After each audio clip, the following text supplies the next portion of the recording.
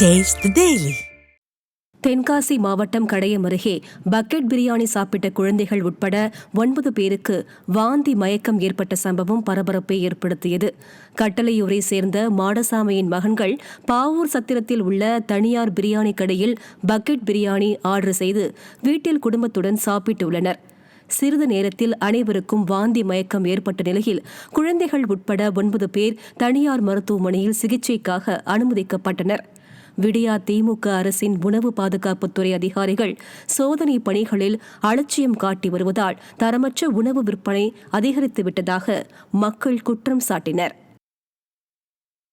தென்காசி மாவட்டம் சங்கரன் கோவிலில் கூட்டு குடிநீர் குழாயில் உடைப்பு ஏற்பட்டு வீணாக சாலையில் பெருக்கெடுத்து ஓடும் குடிநீரால் வாகன ஓட்டிகள் அவதியடைந்தனர். சங்கரன் கோவில் ராஜபாளையம் பிரதான சாலையில் கூட்டு குடிநீர் திட்டத்தில் பதித்த குழாயில் உடைப்பு ஏற்பட்டுள்ளது.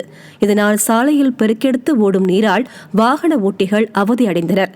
சங்கரன் கோவில் நகர் முழுவதும் அடிக்கடி கூட்டு குடிநீர் திட்ட குழாய்களில் உடைப்பு ஏற்பட்டு நீர் வீணாவதாகவும், ஸ்டாலின் அரசு நீர் மேலாண்மையில் கவனம் செலுத்தி மக்களின் வாழ்வாதாரமான குடிநீரை சேமிக்கவில்லை எனில் 2026 தேர்தலில் தக்க பாடம் புகட்டப்படும் என மக்கள் தெரிவித்துள்ளனர்.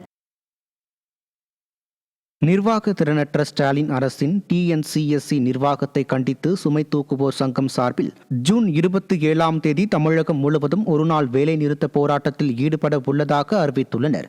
திண்டுக்கல்லில் தமிழ்நாடு நுகர்பொருள் வாணிப கழகத்தின் சுமை தூக்குவோரின் மாநில பாதுகாப்பு சங்கத்தின் 37வது மாநில பொதுக்குழு கூட்டம் நடைபெற்றது.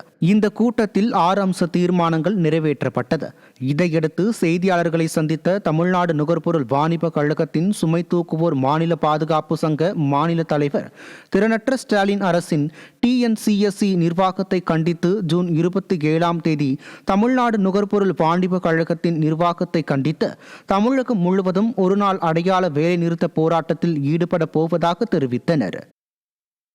தேர்தல் உடனடியாக நடத்திடுவோம் என்றும் 521 பேர் அட்டனன்ஸ் சேர்த்து விடுவோம் என்றும், பச்சை அட்டை பிங்க் அட்டை என்று இருக்கிற அந்த அட்டைதாரர்களுக்கு உடனடியாக அட்டை வழங்கப்படுவிடும் என்று சொல்லி நிர்வாகத்திலே முடிவெடுத்தார்கள். இதுவரையில் ஏறக்குறைய ஒரு மாத காலமாகி அந்த நிர்வாகத்தில் உத்தரவு எதுவும் நடைபெறவில்லை என்கிற காரணத்தினால் இந்த பொதுக்குழு கூட்டத்தின் வாயிலாக வருகிற 27ஆம் தேதி ஒரு நாள் வேலை நிறுத்த போராட்டமும் அதை தொடர்ந்து நிதான வேலை நிறுத்த போராட்டமும் நடத்துவதாக முடிவு எடுத்துள்ளோம்.